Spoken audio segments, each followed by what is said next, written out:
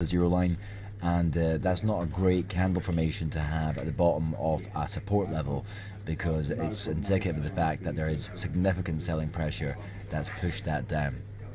Moving on to dollar yen, dollar yen is actually trading below 119 now, and if that continues, 117.36. Things get a bit more interesting for dollar yen. Should the markets now be taking the fact that the US dollar is not going to have a rise in interest rates? We had some data coming out of the US yesterday that was well worse than expected. Your retail sales, for example, supposed to come in at 0.5%, came in significantly lower.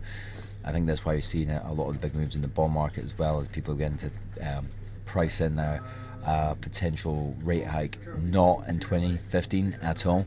And obviously that's just the way with the data being so weak that's not that surprising.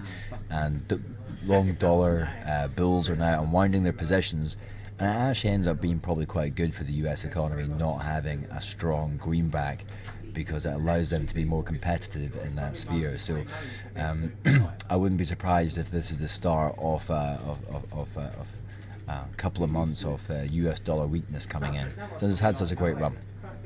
So moving on to West Texas crude, the dollar weakness should be good for commodities longer term, to provide them a little bit of support. They have been getting battered about a little bit. Excuse me.